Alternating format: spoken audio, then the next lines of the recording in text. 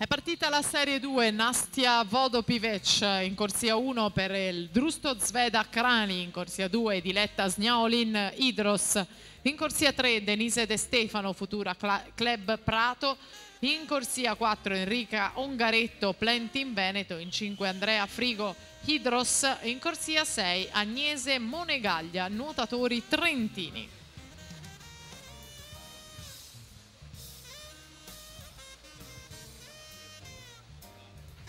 Ongaretto avanti 33-61 di passaggio per la portacolori del team Veneto e nuota in quarta corsia.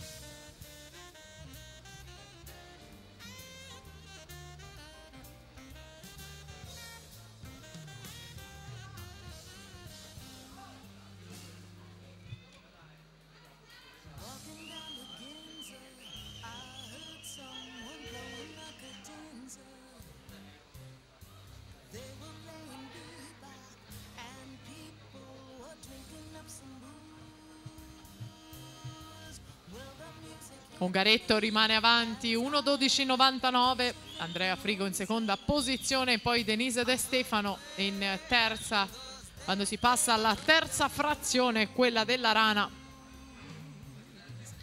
Siamo nella seconda serie ragazze dei 200 misti, fra poco si concluderà questa categoria con la prova della prossima serie, la prima serie, e si assegneranno le prime 3 medaglie di questo pomeriggio.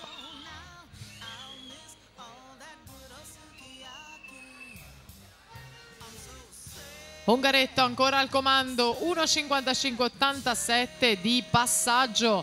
Andiamo a vedere qual era stato il passaggio della Panziera dopo la frazione a Rana.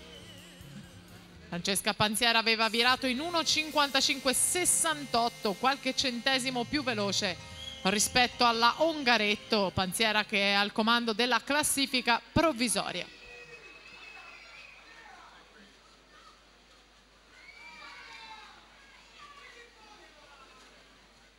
Ongaretto nel finale 2:30:64 per Enrica Ongaretto, che vince la serie numero 2 ragazze davanti a De Stefano e Sniaolin. In testa alla classifica ancora Francesca Panziera, mentre si preparano le atlete della prossima batteria. Ufficioso ancora il risultato e intanto presentiamo la prima serie.